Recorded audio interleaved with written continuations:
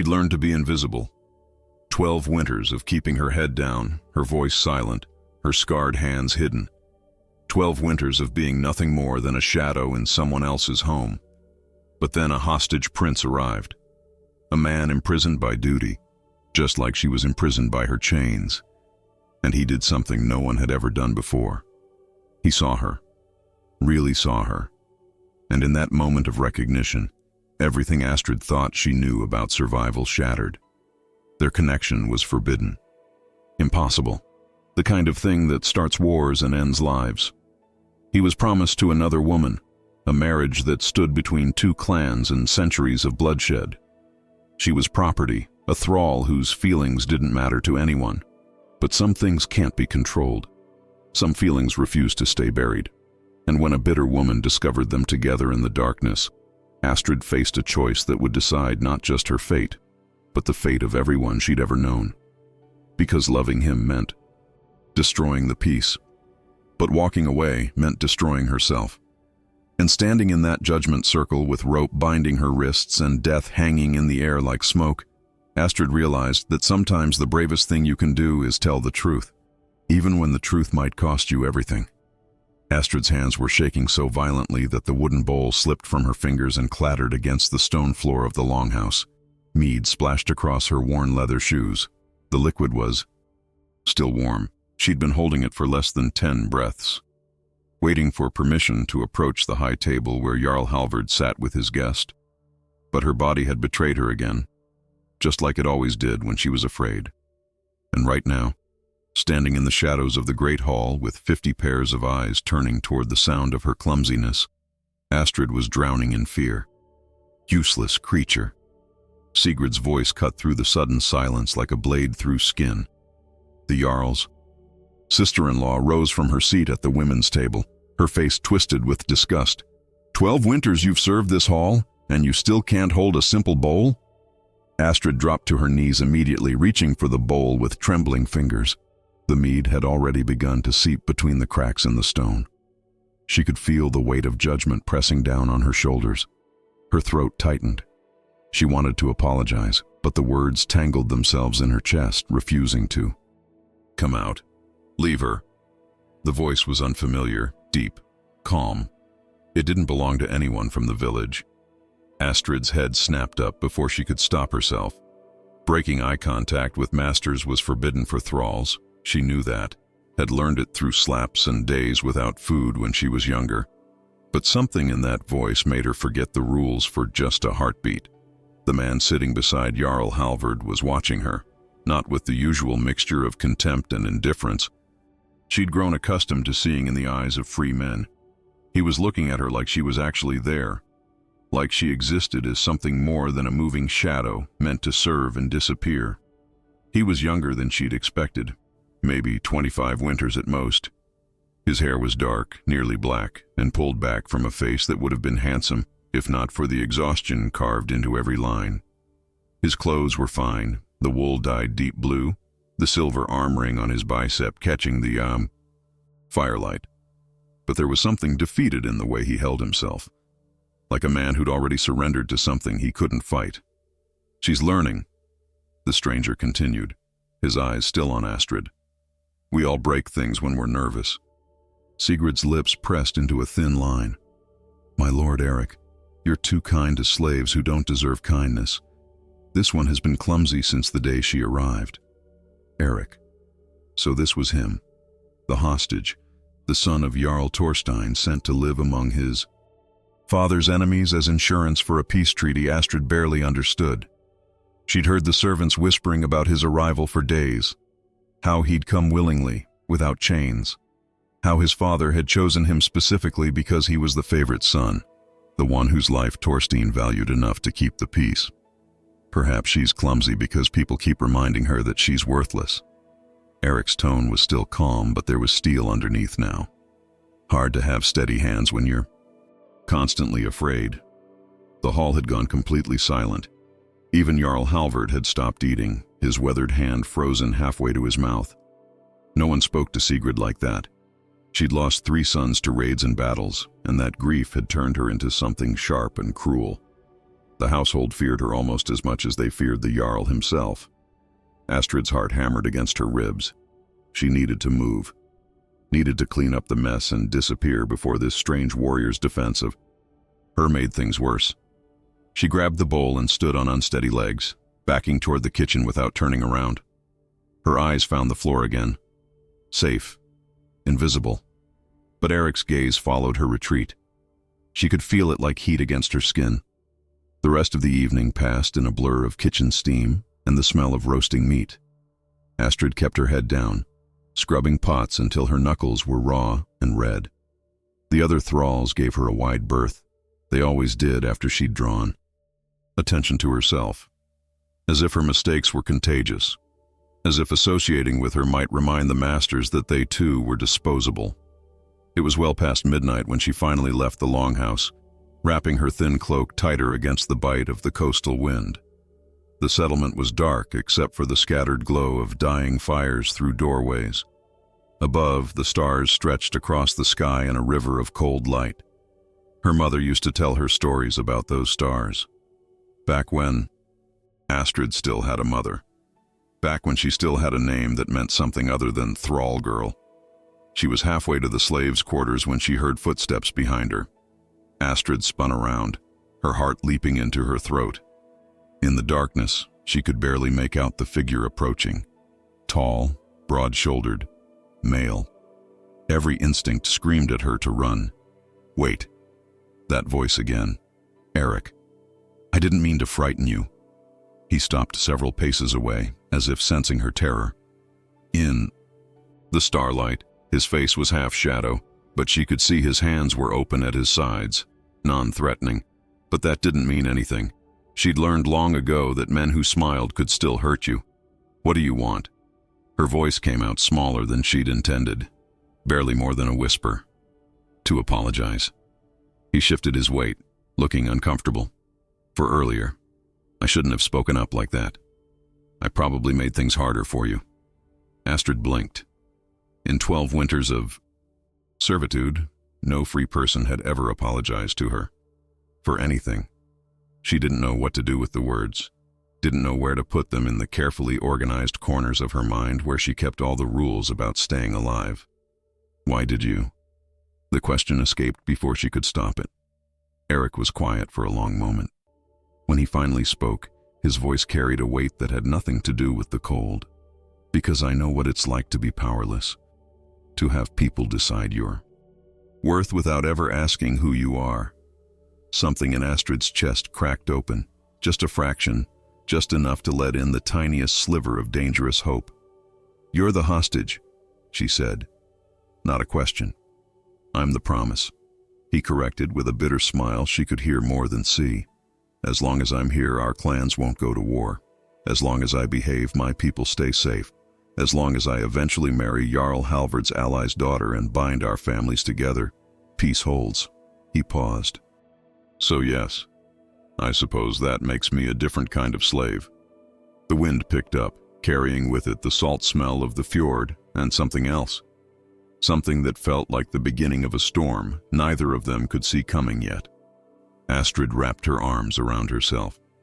You should go back inside, my lord. It's not proper for you to be seen talking to me. My name is Eric, he said quietly, and I'm already a prisoner. What's one more improper thing? He turned to leave, then hesitated.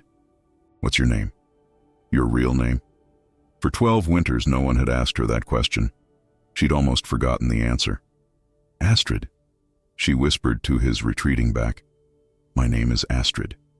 He stopped walking, didn't turn around, but she saw his shoulders rise and fall with a breath that seemed to carry the weight of everything neither of them had said. Good night, Astrid. Then he was gone, swallowed by the darkness and the settlement's sleeping silence, and Astrid stood alone beneath the stars, her mother's voice echoing from a lifetime ago, singing songs about fate and choices, and the terrible cost of both. She didn't know it yet, but in 8 weeks, a ship would arrive carrying Eric's promised bride, and in 8 weeks, nothing would ever be the same again. 3 days passed before Astrid saw Eric again. 3 days of kitchen smoke and Sigrid's watchful eyes following her every movement through the longhouse. 3 days of scrubbing floors until her knees ached and carrying water from the well until her shoulders burned. 3 days of pretending that midnight conversation had never happened. But it had happened. And no matter how hard Astrid tried to bury it beneath the weight of her daily tasks, Eric's words kept surfacing in her mind like bodies in a fjord. I know what it's like to be powerless. She was grinding barley in the kitchen's corner when she heard his voice in the main hall, not speaking to her, not even speaking loudly, just talking with Jarl Halvard about trade routes and winter preparations. But something in Astrid's chest tightened at the sound, a feeling she didn't have a name for, didn't want a name. Stop daydreaming and finish that grain.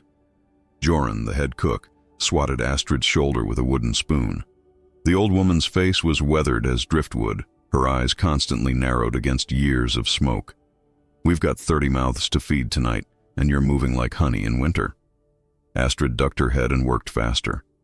The grinding stone made its familiar scraping rhythm. Barley dust coated her fingers, settled in the creases of her burned palms.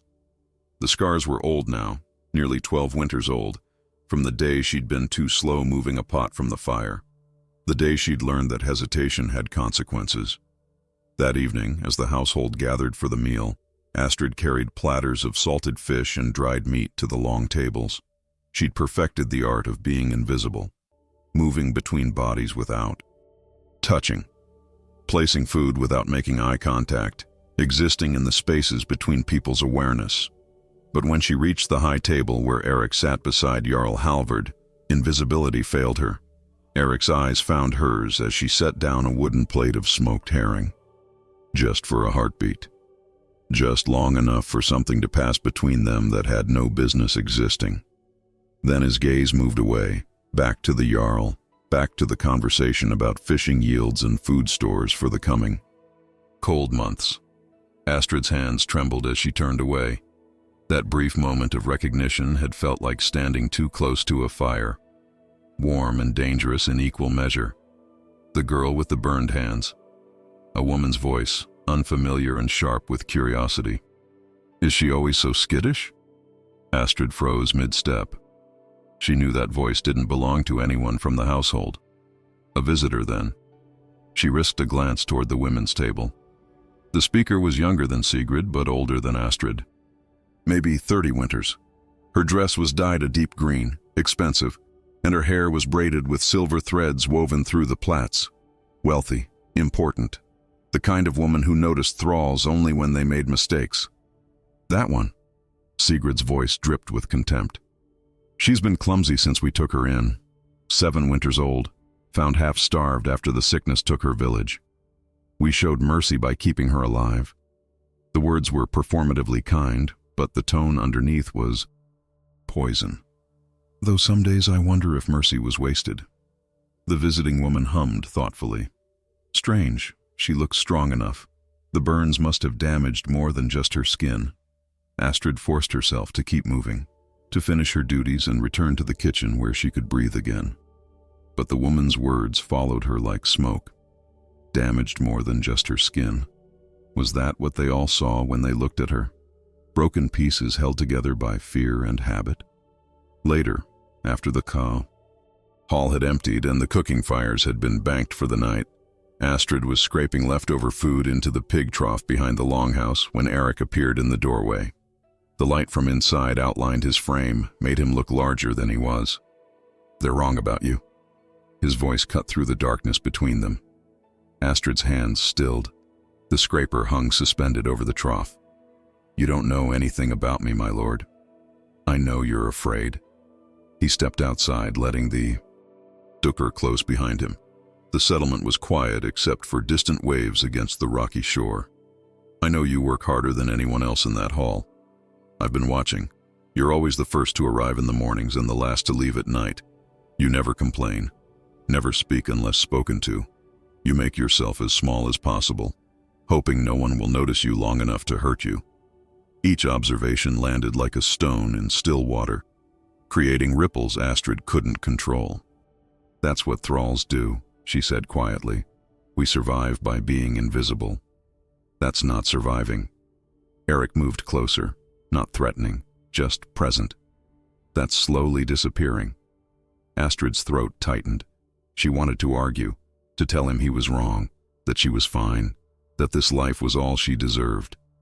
But the words wouldn't come, because somewhere deep down, in a place she'd tried to bury 12 winters ago, she knew he was right.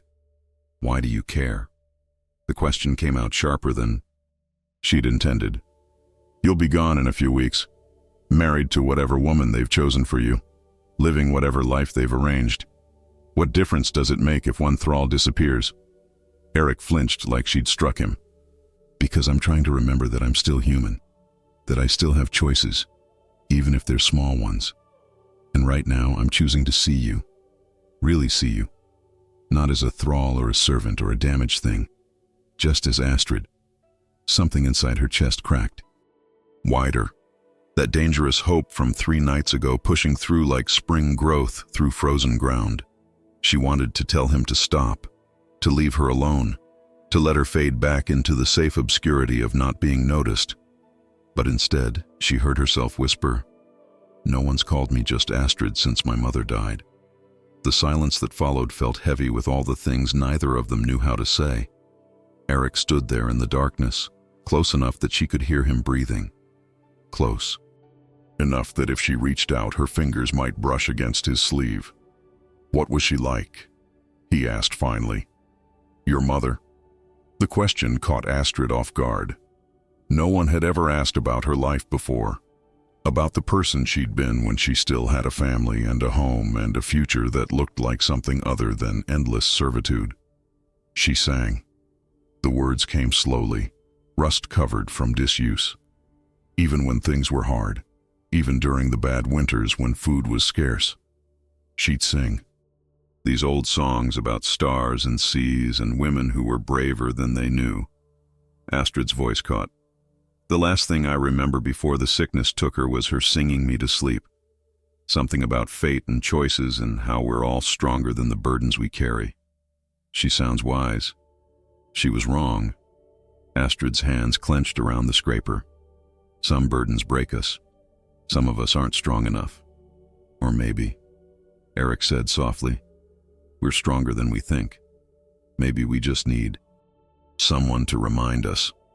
Before Astrid could respond, the longhouse door opened again. Light spilled out, and with it came Sigurd's sharp voice calling for Eric. Some matter that required his attention. Some duty pulling him back into the world of jarls and treaties and arranged marriages. Eric hesitated. For just a moment he looked at Astrid like he wanted to say something more, something important. But then he turned and walked back inside, leaving her alone in the darkness with her thoughts and the distant sound of waves. Astrid stood there long after he'd gone, the scraper still clutched in her scarred hands. Her mother's song whispered through her memory, something about women who were braver than they knew. She didn't feel brave. She felt terrified, because for the first time in 12 winters, she was starting to hope, and hope was the most dangerous thing a thrall could carry. The days began to blur together in a way that both comforted and terrified Astrid. Eric had started a pattern she couldn't predict but had learned to anticipate.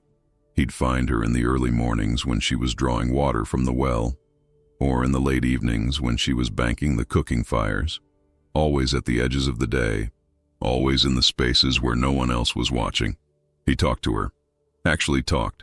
Not the commands or dismissals she was used to, but real conversations. About his home across the water. About his younger sister who loved horses more than people. About the weight of being chosen as the peace offering between 2 clans who'd been killing each other for 3 generations. And slowly, carefully, Astrid had begun to talk back. It was the beginning of the second week when everything shifted. Astrid was in the herb garden behind the longhouse, pulling weeds from between the thyme and sage. The morning sun was weak, filtered through gray clouds that promised rain. Her fingers were stained green from the plant stems, dirt wedged beneath her nails. She didn't hear Eric approach until his shadow fell across the herbs. "Can I ask you something?" He crouched down beside her, close enough that she could see the exhaustion still etched in his face.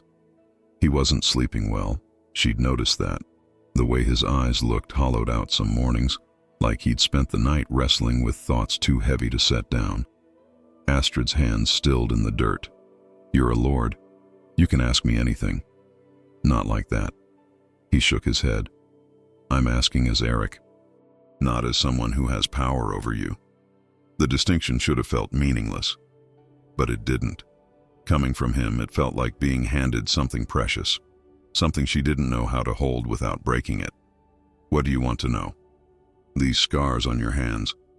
Eric gestured toward her burned palms. "Sigrid said you got them from being careless. But I don't think that's true. I think there's a story there, and I want to hear it, if you'll tell me." Astrid looked down at her hands.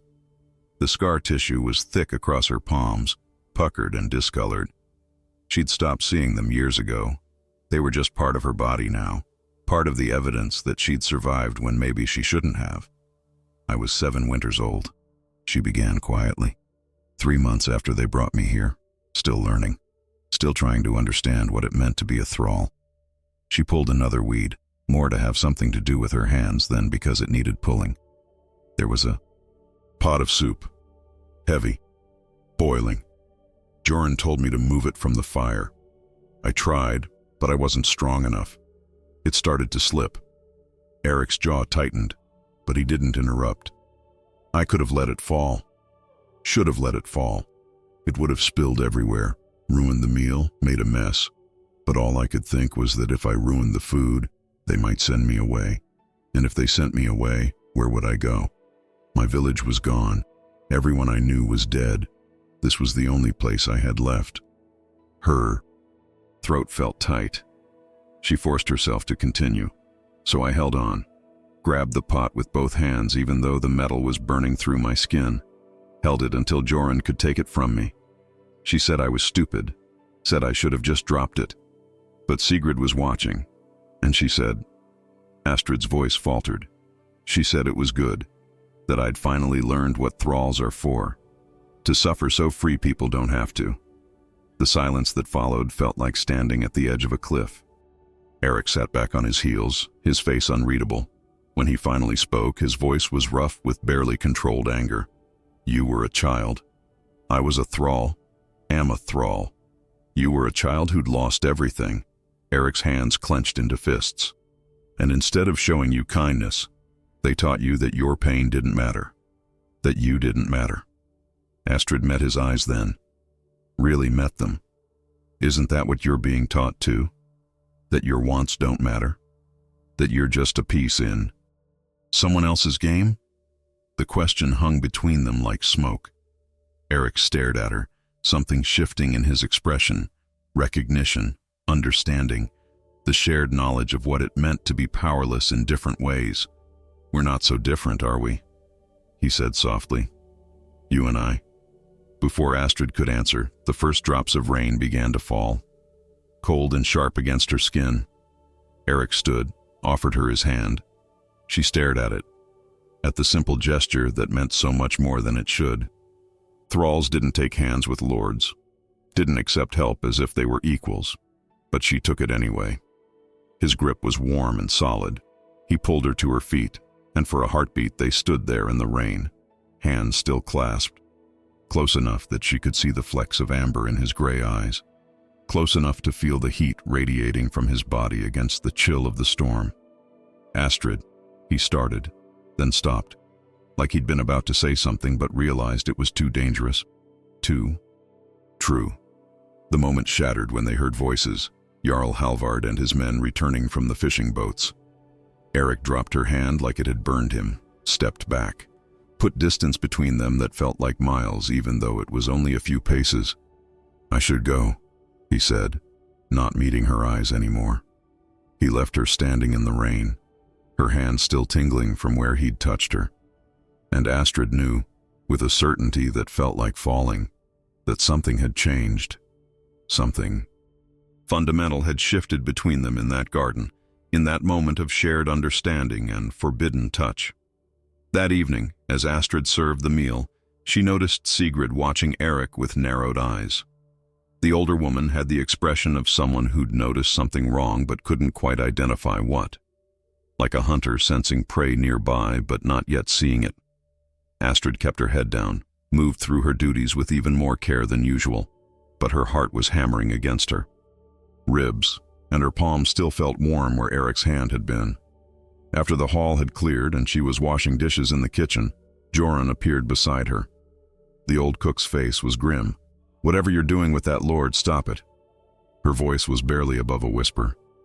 "I've seen the way he looks at you, and I've seen Sigrid noticing him looking.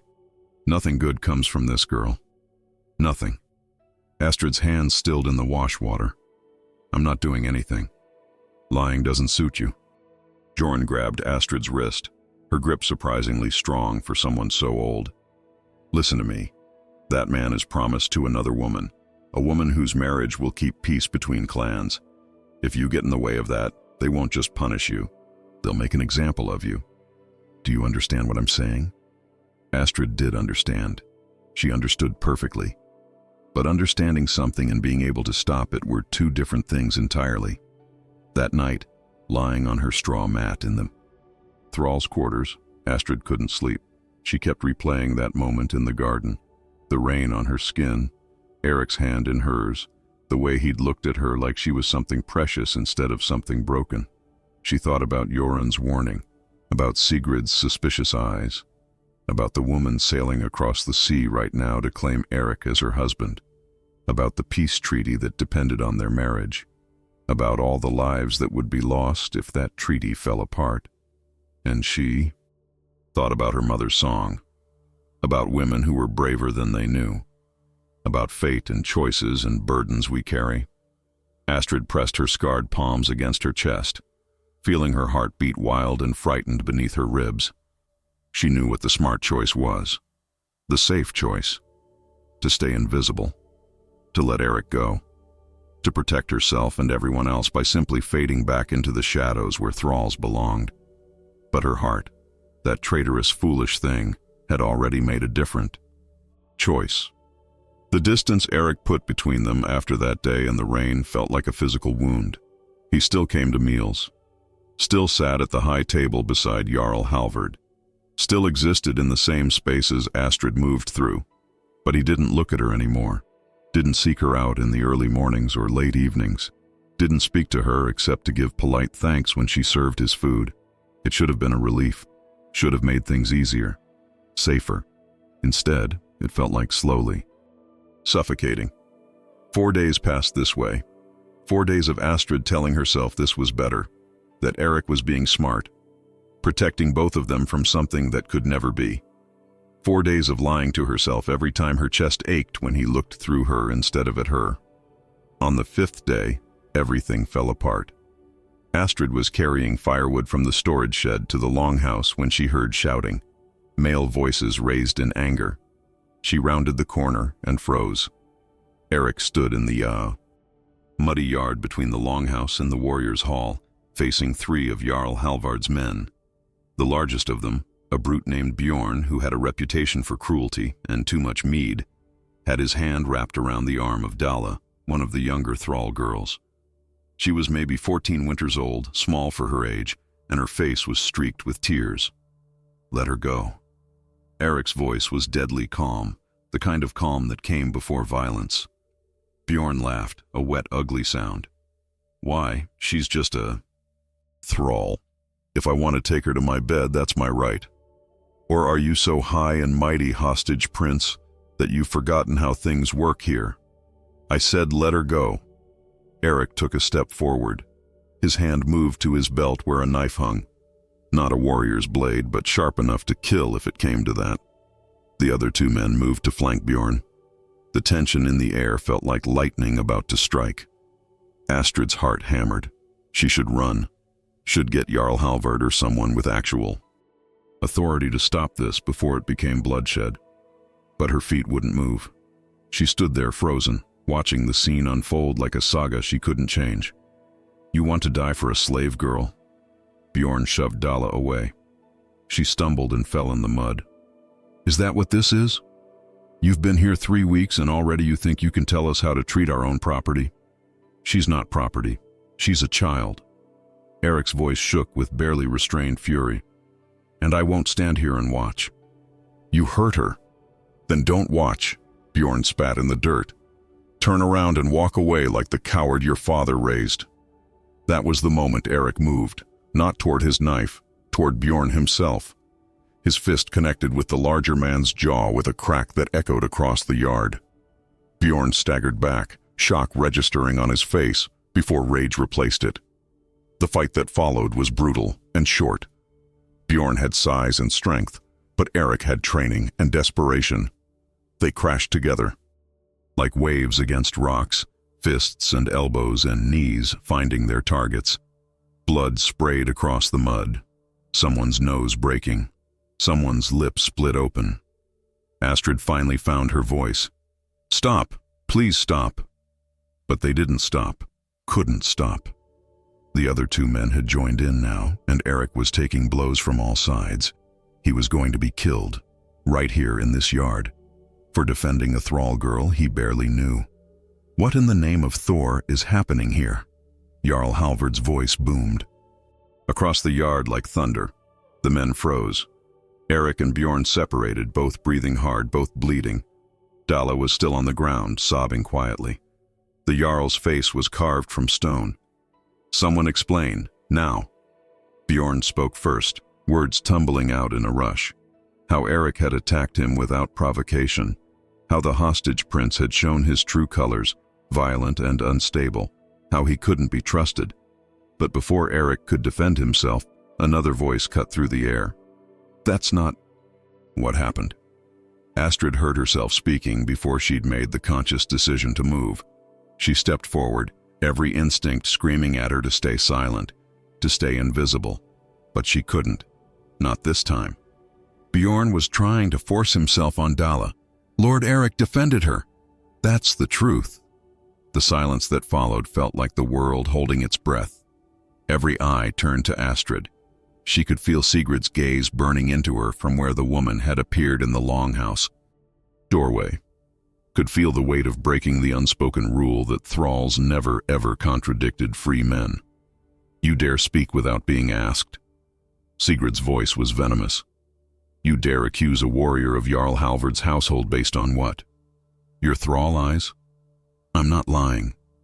Astrid's voice shook but held firm. I saw everything. Bjorn grabbed Dalla.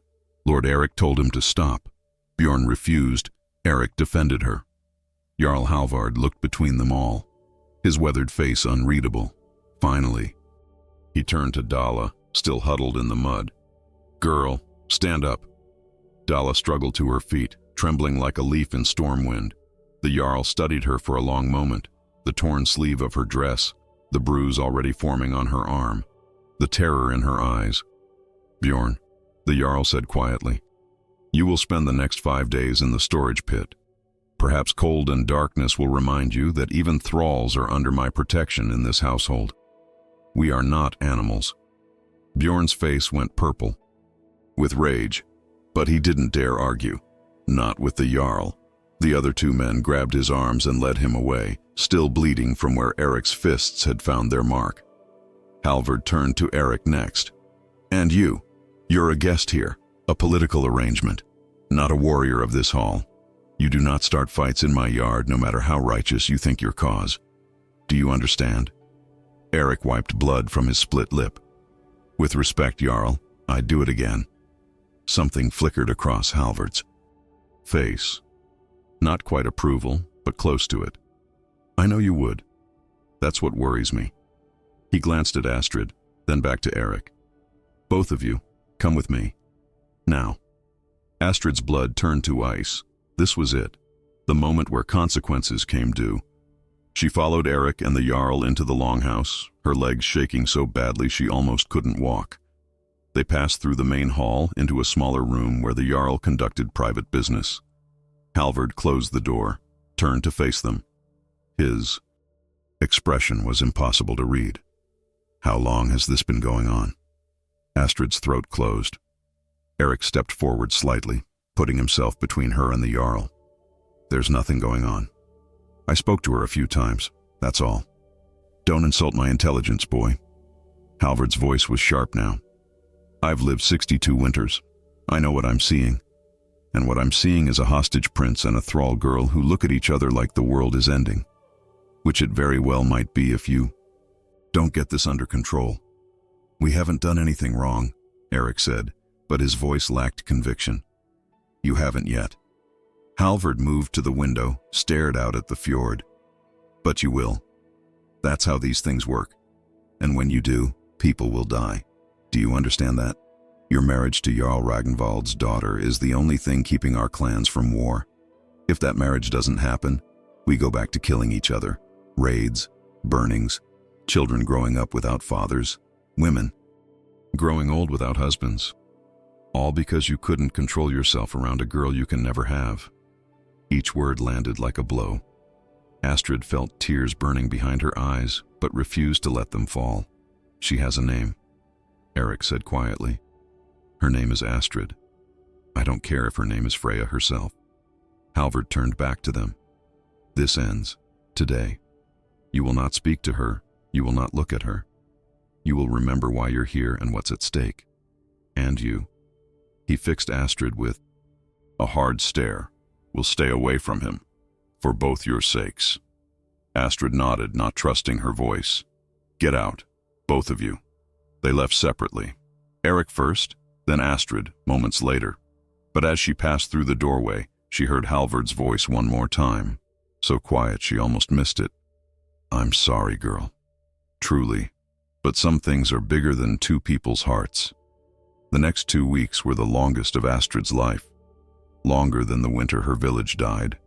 Longer than those first terrible months of learning to be invisible. Because this time, she knew exactly what she was missing. Knew the shape of the hole Eric's absence left in her days. She saw him everywhere. At meals where she served in silence, eyes fixed on the floor. In the yard where he trained with Halvard's warriors, learning their fighting styles as part of his integration into the household. Through windows as she worked, always moving, always just out of reach.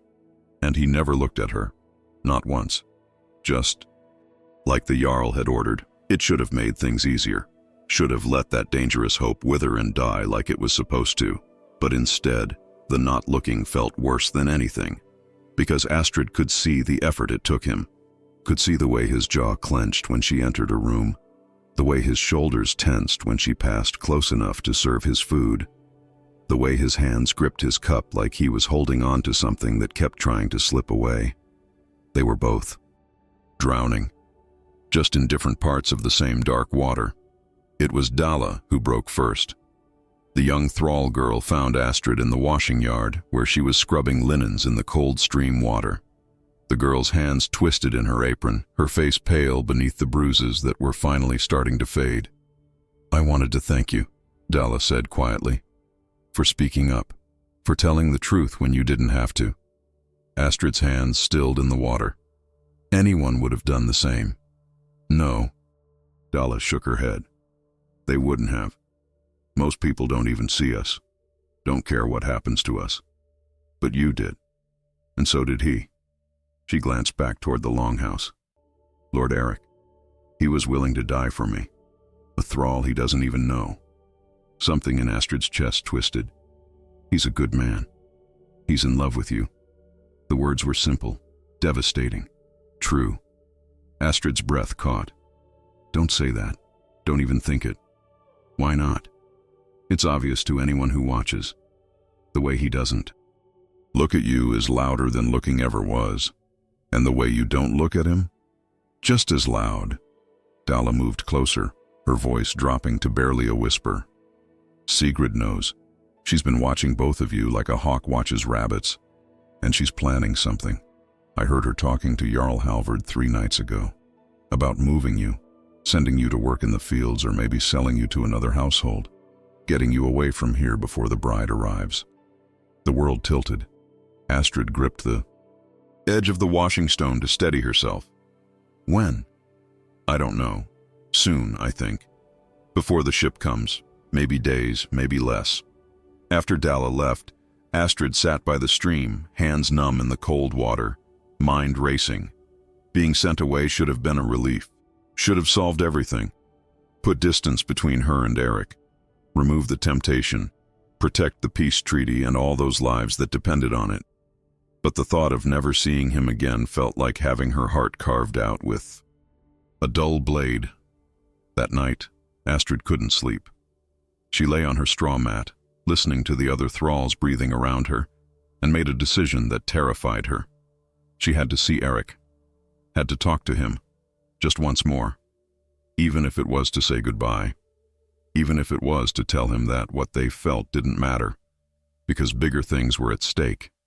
She waited until deep night, when the settlement was silent, except for the distant sound of waves. Then she slipped from the thralls' quarters, like a ghost, moving through shadows she knew by heart after 12 winters. The guest room where Eric slept was in the back of the longhouse, separate from the main hall. Astrid's heart hammered so hard she thought it might break through her ribs. This was madness. If anyone caught her, there would be no explaining it away. No mercy. Just punishment and probably death. But she knocked anyway.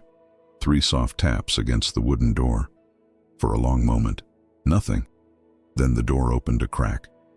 Eric stood there in the darkness, still dressed, looking like he hadn't slept in days. His eyes widened when he saw her. "Astrid, you can't be here." "I know, but I had to see you. They're going to send me away." Something flickered across his face. Pain, anger, resignation. He glanced down the hallway, then pulled her inside quickly, closing the door behind them. The room was small. A sleeping bench, a chest for belongings, a single candle burning low. "When?" His voice was rough. "I don't know." "Soon. Before your bride arrives." The word bride tasted like ash in her mouth.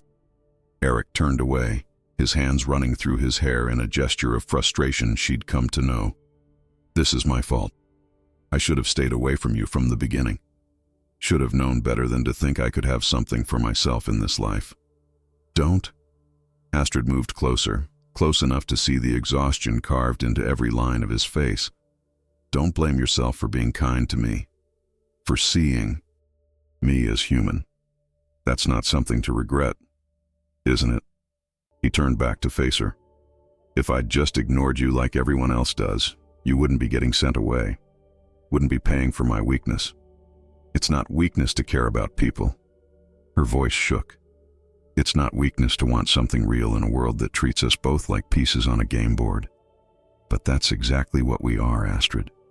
His voice broke on her name. "Pieces. Your property that can be moved or sold. I'm a hostage whose only value is political. Neither of us gets to choose. Neither of us gets to want. Then why does it hurt so much?" The question escaped before she could stop it. "Why does not looking at you feel like dying slowly? Why do I wake up every morning and the first thing I think about is you? Why can't I make it stop?" Eric's composure shattered. He closed the distance between them in 2 strides, his hands coming up to frame her face. Not forceful, gentle, like she was something precious he was afraid of breaking. "Because I feel the same way." His voice was barely a whisper. "Every moment of every day. Fighting it is like fighting to breathe. And I'm so tired, Astrid. I'm so tired of pretending you don't matter to me." They stood there in the candlelight, his hands on her face, her scarred palms coming up to rest against his chest. She could feel his heart beating wild beneath her fingers, could see the agony in his eyes, the same agony she carried in her own chest. Like a stone. "We can't do this," she whispered. "People will die if we do." "I know. Your marriage is the only thing keeping peace." "I know. We have to let each other go." "I know." His thumb traced the line of her cheekbone. "But not yet. Please, just give me this moment. Let me have this one memory before I have to spend the rest of my life pretending you never existed." Astrid's eyes burned with tears she refused to let fall. "What do we do?" "I don't know." Eric's forehead touched hers, close enough that she could feel his breath on her skin, close enough that it would take nothing to close the final distance between them. "I've been trying to find an answer. Some way out of this that doesn't end in blood and loss. But there isn't one. There's only duty and sacrifice, and living with the weight of what we can't have. How long until the ship arrives? 3 weeks. Maybe 4 if the winds are bad. 3 weeks. Maybe 4. That's all the time they had left before. Everything ended. Before Eric married a woman he'd never met to preserve a peace between clans that had been killing each other for generations. Before Astrid was sent away to disappear into some other household, where no one would know her name or care about her scars or remember that she'd once mattered to someone. "I should go," she said, but neither of them moved. Neither of them let go. "Astrid," Eric's voice was wrecked. "If things were different, if I were just a man and you were just a woman, if we lived in a world where choices were our own, I would choose you. Every time. Without hesitation." The tears came then, silent and hot down her cheeks. "I would choose you too." They stood there holding each other in the candlelight, knowing it was goodbye even though neither of them could say the word. Knowing that walking out of this room meant going back to the careful distance, the deliberate not looking, the slow suffocation of wanting something they could never have. Finally, Astrid pulled away. Eric's hands dropped to his sides. She moved to the door, her whole body screaming at her to stay, to damn the consequences, to be selfish just this once. But she opened the door anyway, stepped into the dark hallway, turned back one last time to see Eric silhouetted against the candlelight, looking like a man who just lost everything that mattered. Goodbye, Eric. Goodbye, Astrid. She didn't see Sigrid until it was too late. The woman stepped out of the shadows at the end of the hallway, her face twisted with triumph and rage. And Astrid knew, with a sinking certainty that felt like falling into a frozen lake, that everything was about to get so much worse. The thing was called at dawn, not the usual monthly gathering where the free men of the settlement discussed trade disputes and boundary disagreements, but an emergency assembly. The kind that only happened when something serious had been violated, when someone needed to be judged. Astrid stood in the center of the gathering circle, hands bound in front of her with rough rope that bit into her scarred skin. The entire household had been summoned. Warriors, farmers, craftsmen, even the other thralls, forced to watch what happened when one of their own stepped out of line. A reminder, a warning. The morning was cold, the sky gray with clouds that promised snow.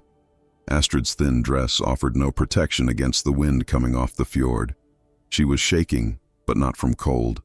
From fear, so visceral it threatened to pull her under like a riptide. Sigrid stood before Jarl Halvard, her voice carrying across the silent crowd. "I found this thrall leaving Lord Eric's chamber in the deep of night. Alone, unchaperoned, in direct violation of the Jarl's orders that they were to have no contact." She turned to face Astrid, her eyes gleaming with vindictive satisfaction. "She has dishonored this household, endangered the peace treaty, attempted to seduce a man promised to another." Murmurs rippled through the crowd. Astrid heard the words, even though they were whispered. Whore, seductress, treacherous. Each one landed like a stone thrown at her chest. "Is this true?" Jarl Halvard's voice was like thunder, not angry yet, just heavy with the weight of having to judge. "Did you enter Lord Eric's chamber?" Astrid's throat was so tight she could barely speak. "Yes, Jarl." More murmurs, louder now, angrier. She could feel the hatred rolling off the crowd like heat. To them, she wasn't a person. She was a threat to their safety, to the fragile peace that kept their sons and husbands alive. And what was your purpose there? This was the moment where she could tell the truth, that she'd gone to say goodbye, that nothing had happened between them except words and a touch that meant everything and nothing, that Eric had done nothing wrong, or she could lie, could take all the blame onto herself, could protect him even if it meant destroying herself completely. "I went. Because," Astrid's voice shook, "because I wanted to seduce him, to ruin his marriage, to destroy the peace." The lies tasted like poison. Lord Eric told me to leave, refused me, ordered me out of his room. He did nothing wrong. The silence that followed felt like the world had stopped breathing. Then Sigrid laughed, a harsh, bitter sound. You expect us to believe that? That you, a thrall with burned hands and no beauty to speak of, thought you could seduce a lord? I was foolish. Astrid kept her eyes on the ground. Delusional, but that's the truth. Lord Eric was blameless. Liar! Eric's voice cut through the crowd. Astrid's head snapped up. He was pushing through the gathered people, his face pale with fury. She's lying to protect me. I invited her there. I'm the one who... Silence! Halvard's command stopped Eric mid-sentence. The Jarl stood, his weathered face carved from stone. You will not speak unless I give you permission. This is a judgment of my household, not yours. Eric's jaw clenched, but he stayed quiet. Astrid could see the desperation in his eyes, the need to fix this, to save her. But there was no saving her. There never had been. Sigrid, Halvard said slowly, what punishment do you recommend? The woman's smile was sharp as a blade. Death. She attempted to destroy a peace treaty that cost us 3 generations of blood to achieve. She deserves nothing less. Astrid's knees nearly buckled. Death. She'd known it was possible. Had known the might. Moment Sigrid's eyes found her in that hallway that this was where it would end. But hearing the words spoken out loud made it real in a way that stole the air from her lungs.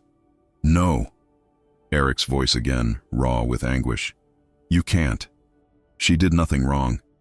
I'm the one who... I said silence. Halvard's voice cracked like a whip. He turned to Eric, and for the first time, there was something like pity in his eyes. You're making this worse for her. Can't you see that? Eric stood there, fists clenched, looking like a man being torn apart from the inside. Warriors on either side of him grabbed his arms, holding him back. Not restraining exactly. Just making sure he didn't do something that would get him killed, too. Halvard looked at Astrid for a long moment. Really looked at her. Like he was trying to see past the thrall to the person underneath. Did Lord Eric force himself on you in any way? No, Jarl. Never. Did he make promises he couldn't keep? Offer you freedom or status in exchange for your company? No, Jarl. He only ever treated me with kindness. Then you are either the most foolish girl I've ever met or the bravest. Halvard's voice dropped lower. Do you understand what you've done? What you're asking me to do? Astrid met his eyes. I understand, Jarl. I accept the consequences of my actions. Another long silence. Then Halvard spoke, his voice heavy with something that might have been regret.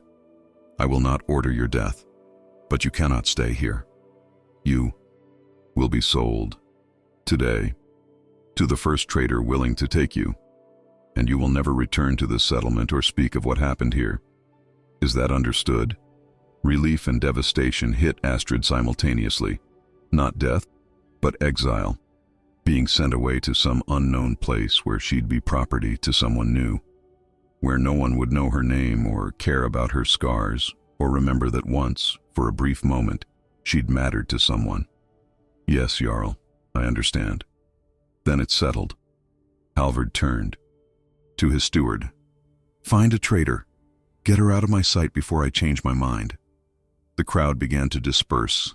The show was over. Justice had been served, or close enough to it. Astrid stood there with her bound hands, watching people turn away. Watching her world end not with violence but with bureaucratic efficiency. Then Eric broke free from the warriors holding him.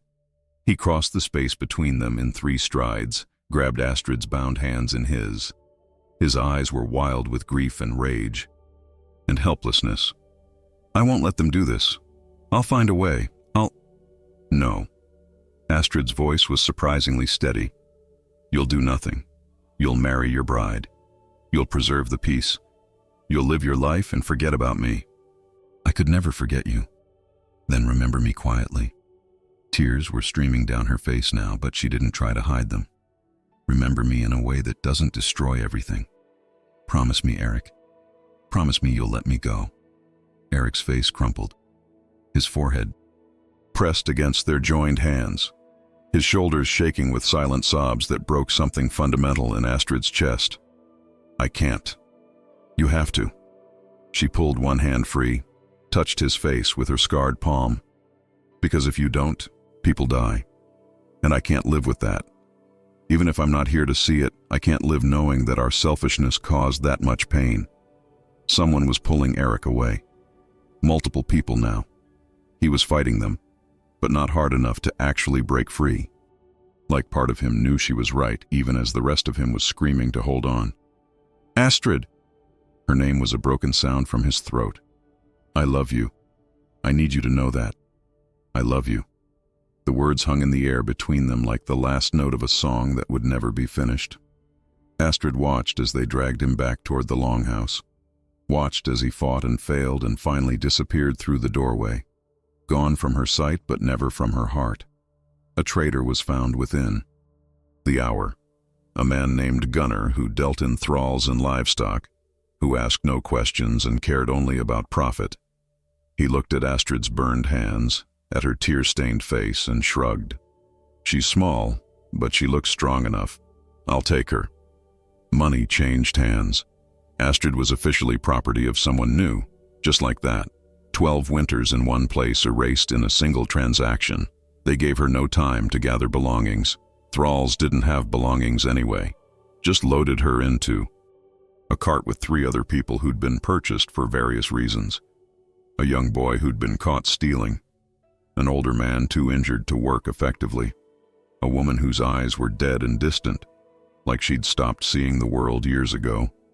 As the cart pulled away from the settlement, Astrid looked back one last time, saw the longhouse where she'd spent 12 winters learning to be invisible, saw the fjord where the water met the sky in shades of gray, saw the outline of someone standing in a window, watching her leave.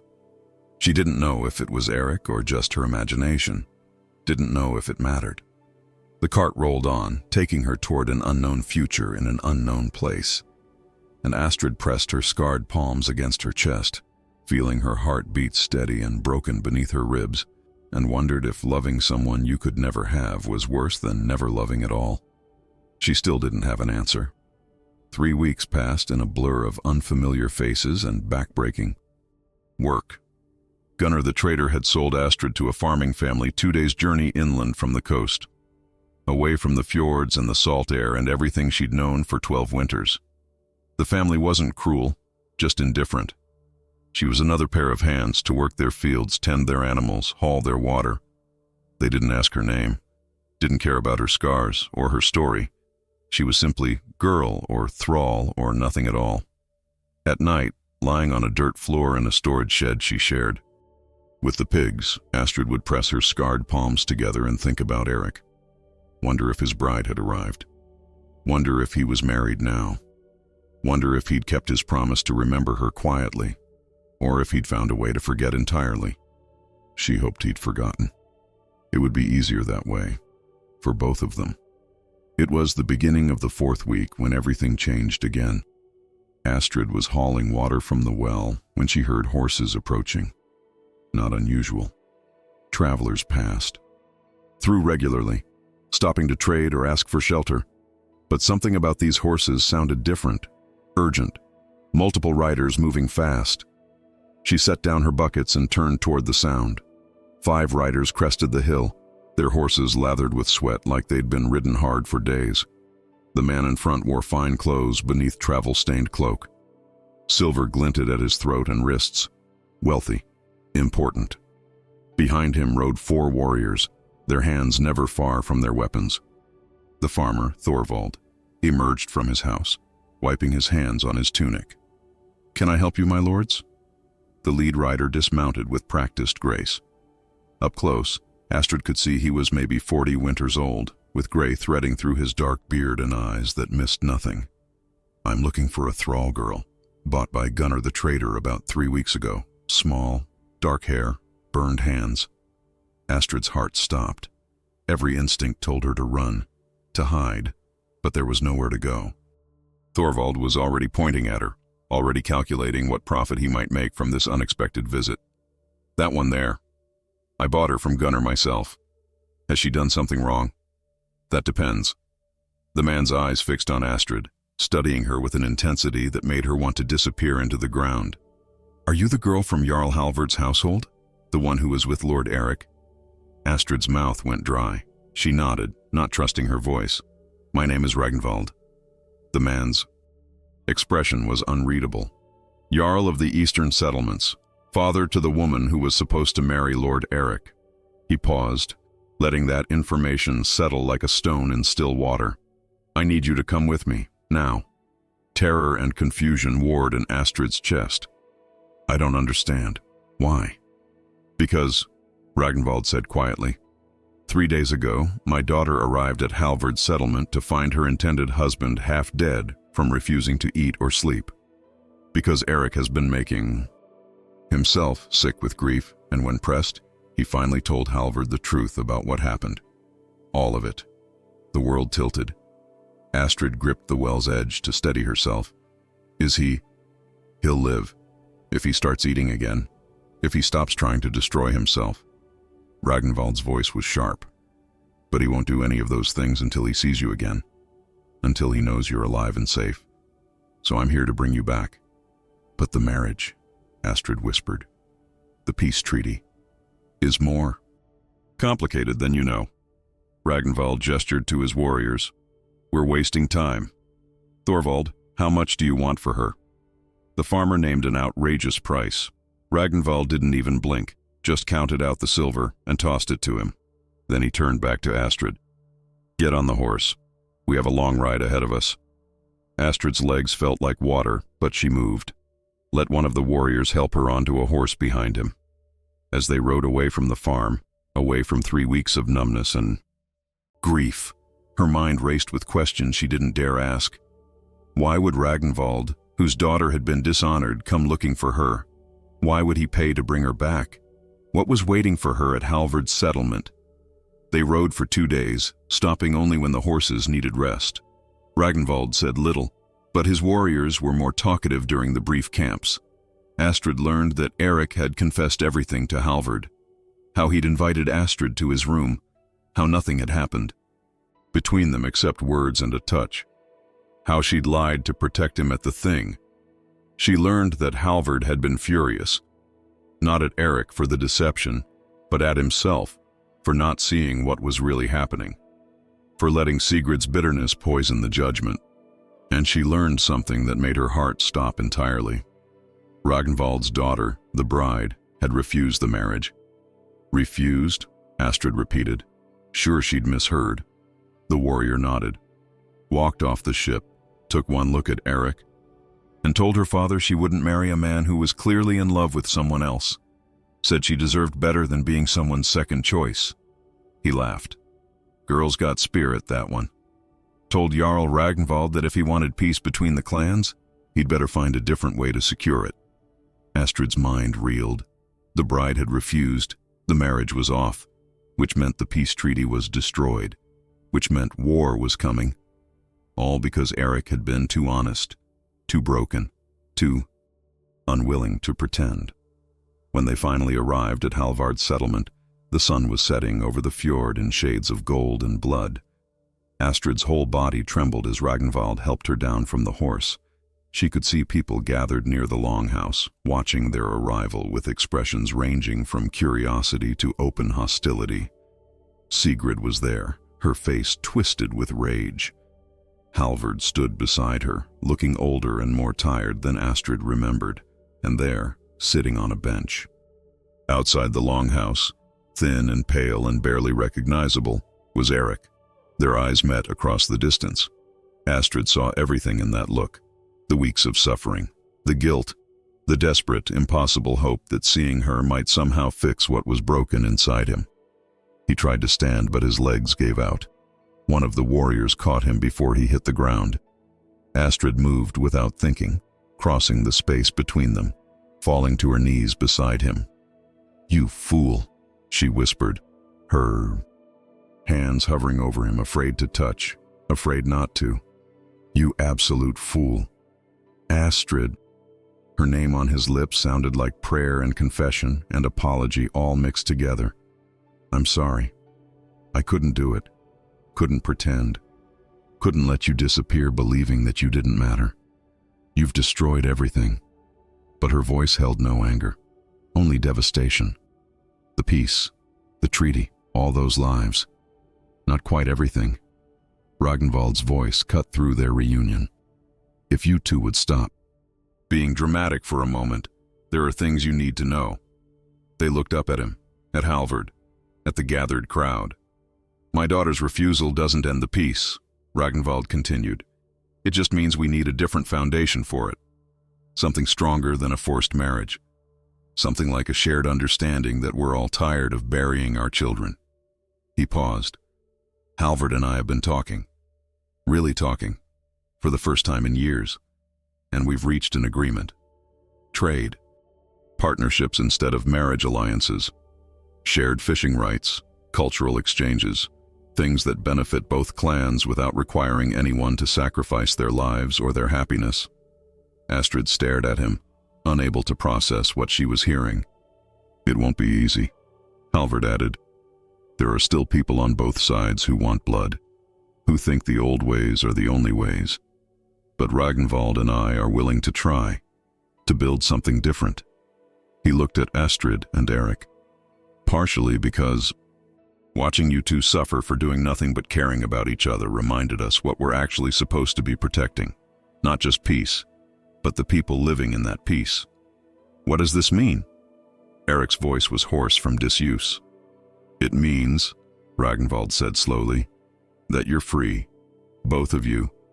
Eric can return home if he wishes, no longer a hostage. And you, girl, Astrid, you'll be freed from thraldom. Halvard has agreed to it as a gesture of good faith between our clans. The words didn't make sense. Couldn't make sense. People didn't just free thralls, didn't just let hostages go, didn't just change the way things had been done for generations because two people had fallen in love.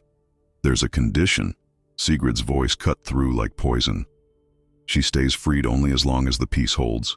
If war comes, she goes back to being property. Sigrid. Halvard's voice was tired but firm. That's enough. The girl has suffered enough for your bitterness. But Astrid barely heard them. She was looking at Eric, at his gaunt face and hollow eyes, and feeling something crack open inside her chest. Not the dangerous hope from before, something bigger, something that felt like the beginning of a different kind of story entirely. 6 months later, Astrid stood at the edge of the fjord, watching the sun rise over water that looked like liquid silver. The air was cold enough to turn her breath to mist, but she didn't feel it. Didn't feel anything except the strange, tentative peace that had settled into her bones over the past half year. Freedom, she'd learned, was not a single moment of transformation. It was 1,000 small adjustments. Learning to walk through the settlement without flinching. Learning to meet people's eyes without immediately looking away. Learning that she could speak without permission and exist without apologizing for taking up space. It was hard. Harder than being a thrall in some ways, because at least as property she'd known the rules, known her place. Now she was something in between, not quite free in the way born free people were, but no longer bound. A woman without clear definition in a world that valued clear definitions. Behind her, she heard footsteps on the rocky shore. She didn't need to turn around to know who it was. She'd learned the sound of Eric's walk over these months. The slight hesitation in his left foot from an old injury. The careful way he moved, like someone still learning to trust that the ground wouldn't disappear beneath him. You're up early. His voice was stronger now. Not completely healed, but getting there. He'd gained back the weight he'd lost. The hollows had left his cheeks. But something in his eyes still carried shadows that Astrid recognized because she saw them in her own reflection. Couldn't sleep. She turned to face him. 6 months had also taught her that she could look at him without fear, that the wanting didn't have to destroy everything, that sometimes, impossibly, wanting could just exist alongside living. Too much thinking.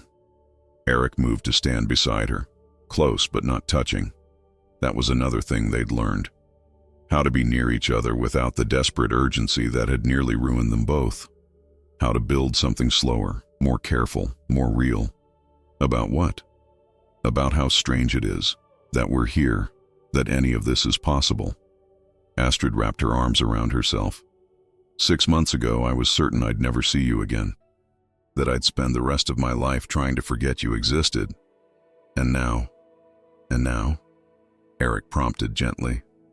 And now I'm free, and you're free. And the peace is actually holding. And it feels like waiting for something terrible to happen because nothing this good can last. The words came out in a rush.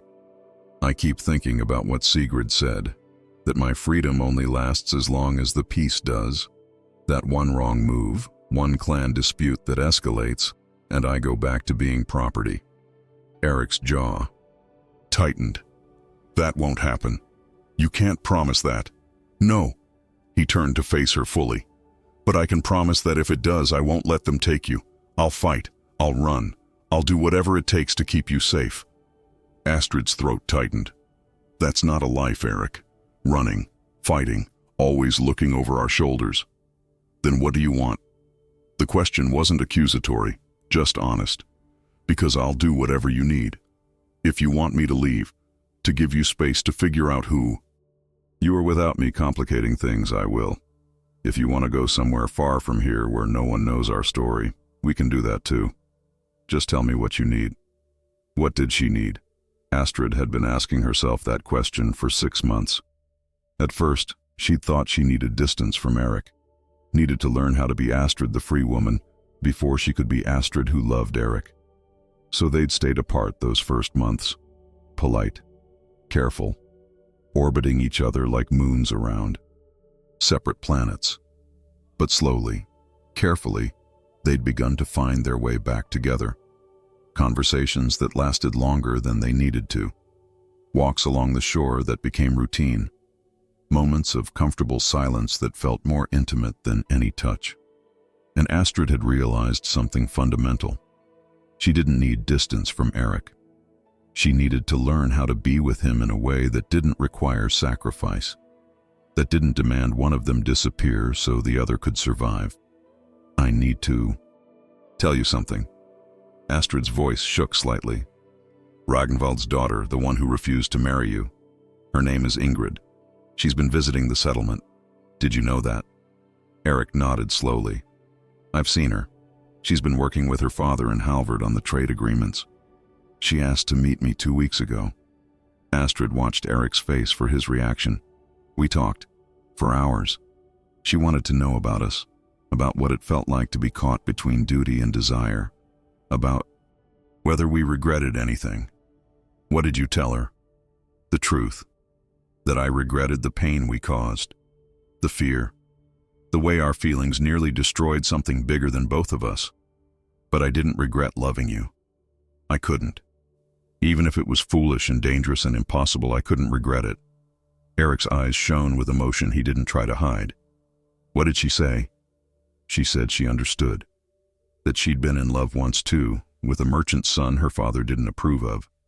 That she'd given him up for duty, and it had turned her into someone bitter and closed off. Someone who'd decided that if she couldn't have love, she didn't want a hollow imitation of it through arranged marriage. Astrid paused. She said seeing us fight for each other, even when it was impossible, reminded her why love matters, why it's worth protecting even when it's inconvenient. She sounds wise. She is, and she's helped me understand something important. Astrid took a deep breath. I spent 12 winters as a thrall learning that I didn't deserve to want things, that my feelings didn't matter, that I should make myself small and invisible and grateful just to be allowed to exist. And even after being freed, part of me still believes that. Still thinks I'm taking up too much space. Still thinks I should be grateful and quiet and not ask for more. Eric's hand moved toward hers, then hesitated, asking permission, always asking. Astrid reached out and took his hand, threading her scarred fingers through his. But I'm tired of being small, she continued. I'm tired of being afraid, and I'm tired of pretending that what I feel for you is something I should apologize for or hide. So I'm not going to anymore. Astrid, I love you. The words were simple, devastating, true. I love you, and I want to build a life with you. Not in secret, not in shame, not waiting for permission from people who think we don't deserve happiness. I want to be with you in the daylight. I want people to know your name and my name in the same breath. I want to stop being afraid of wanting something good. Eric's grip on her hand tightened. The peace is still fragile. There are people who would use our relationship as an excuse to... I know. Believe me, I know. But hiding doesn't protect the peace. It just teaches everyone that love is something to be ashamed of, that people like us don't deserve to exist in the open. Astrid's voice grew stronger. Halvard and Ragnvald built this peace on the idea that we're all tired of sacrifice, that maybe there's a better way to live. But that only works if we actually try to live differently, if we stop accepting that some people matter and others don't. Silence fell between them, not uncomfortable, just weighted with the enormity of what Astrid was proposing. To stop hiding, to claim their right to be together openly, to risk everything they'd been given on the possibility that the world could change. Finally, Eric spoke. My father sent word last month. He wants me to come home, to take my place in his household again, to help him lead the clan. He paused. I told him I would only come if you came with me, not as a thrall, not as a servant, as my chosen partner, as someone I intend to build a life with. Astrid's heart hammered. What did he say? He hasn't responded yet. But I don't care what he says, because you're right. I'm tired of being afraid too. Tired of letting other people's rules dictate how we live. Tired of pretending that duty matters more than the people we're supposed to be protecting. Eric pulled her closer, his free hand coming up to cup her face. So yes, let's build something in the daylight. Let's be foolish and brave and honest. Let's show everyone that love isn't weakness, that caring about each other doesn't make us less capable of building peace. It makes us more capable, because we understand what we're actually fighting for. Astrid's eyes burned with tears. It won't be easy. Nothing worth having ever is. People will talk, will judge. Let them. We might fail. Then we'll fail together. Eric's forehead touched hers. But at least we'll have tried. At least we'll have been honest about who we are and what we want. That's more than most people get. The sun had fully risen now, painting the sky in shades of pink and gold. The settlement was waking up behind them. Soon there would be work to do. Meals to prepare. Trade agreements to negotiate. A peace to maintain through effort and good faith and the daily choice to try. But right now, in this moment, there was just Astrid and Eric. Two people who'd been taught they didn't matter, standing together at the edge of the world and deciding to matter anyway. Deciding that their love was real and valid and worth fighting for, not because it was convenient or easy or approved of, but because it was theirs. Astrid thought about her mother's song, about women who were braver than they knew, about fate, and choices and burdens we carry. For 12 winters, she'd carried the burden of being invisible, of not mattering, of surviving by disappearing. But standing here with Eric's hand in hers, and the sun on her face, and the future stretching out uncertain and terrifying and full of possibility, Astrid finally understood what her mother had been trying to tell her all those years ago. Some burdens we carry because we have no choice, but some burdens we choose because they make us stronger, because they remind us that we're alive, because they prove that even in a world designed to break us, we can still choose each other, still choose hope, still choose love.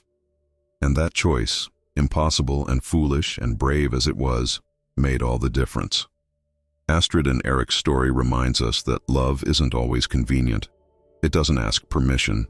It doesn't wait for the right circumstances or the perfect moment. Sometimes it arrives when we're at our most broken, when we're convinced we don't deserve it, when accepting it means risking everything we've fought to protect. But here's the question that lingers. If you were in Astrid's place, invisible and worthless in everyone's eyes except one person's, would you have the courage to believe you deserved more? And if you were Eric, would you sacrifice your heart to save lives? Or would you fight for the impossible chance that love and peace could somehow coexist? The truth is, we're all a little bit like Astrid and Eric. We've all been told at some point that our feelings don't matter, that duty comes before desire, that we should make ourselves smaller to make others more comfortable. But this story challenges that lie. It tells us that our humanity isn't negotiable, that choosing love, even when it's terrifying, even when it disrupts everything, isn't selfish. It's the most honest thing we can do. Because a peace built on people's suffering isn't peace at all. It's just organized cruelty dressed up as nobility. So what would you have done? Would you have stayed invisible to stay safe? Or would you have stood in that fjord sunrise and decided to matter anyway? Think about it. And if this story moved something inside you, if it made you feel something real, do me a favor. Hit that like button, share it with someone who needs to hear it, and follow this channel for more stories that remind us what it means to be human. Because stories like these, they're not just entertainment. They're mirrors showing us who we could be if we were just a little bit braver.